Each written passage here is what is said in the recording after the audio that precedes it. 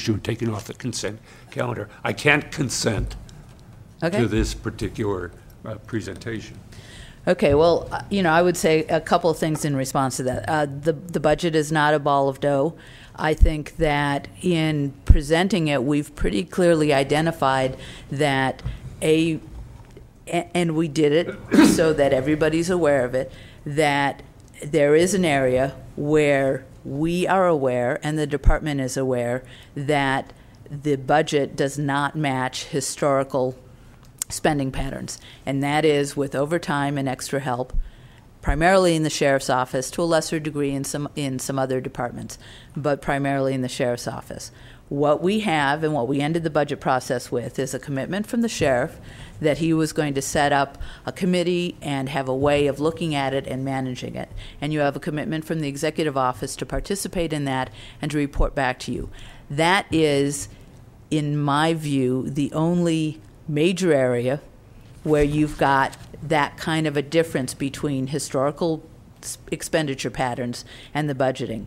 In other parts of the budget, we have done, and the departments have done, what they can, and we believe that it is a honest budget and a budget based on historical usage. The departments have said we can live within this amount, and we have said this is the amount that we can give you. So it is not, in my view, fair to say that the entire budget is based on that kind of a discrepancy. It is only in this one area. There are reasons why. The board very clearly said that you wanted overtime managed and that you didn't want to just go forward, and that's what we did through the proposed budget. So that's one piece of it. I think that particular area of working together is localized to a particular line item in the budget, overtime and extra help, and primarily to one department, but it may affect a couple of other departments. The rest of the budget, we stand behind. We stand behind the entire budget, but the rest of the budget is balanced, and both sides feel that it fairly represents what they can do and what we have the resources for. As far as the state budget, what appears to be coming forward at this point does not project, as far as I know, any increased cuts to the county beyond what we've already taken into account in the budget. And they went for another tack that I guess they've been discussing behind the scenes, but it was a new one to me, where they're asking people to essentially pre-fund their income tax, which in essence moves the state from borrowing from the counties and cities to essentially borrowing from taxpayers directly, cutting out the middle people. But whatever the strategy is, they feel that they have a balanced budget. The governor still needs to approve it. If vetoed, it will need to be overridden, but I'm hearing that that is a distinct possibility. In any case, what the state budget looks like now would not change our budget. And then you brought up the issue of furloughs and layoffs, et cetera.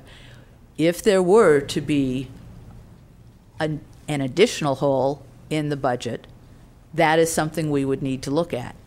At this point in time, you have a balanced budget, and that budget is balanced with the revenues that we have, and it does not need additional revenues coming through furloughs or layoffs. Anytime throughout this fiscal year, if the state budget tanks and then they start, doing more to the local area, or if there's something else, another disaster or whatever that skews our expenditures, then that's something we're going to have to look at. But at this point in time, we have a balanced budget. There are no revenue holes that we would need furloughs or layoffs to be able to close.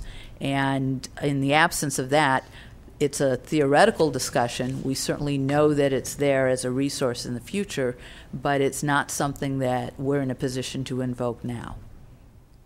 So I'm trying to address your concerns. No, and I certainly appreciate it. You've done a very good job of addressing it. The only thing is, here, as you were talking about what the state's doing, I'd call that double voodoo economics here.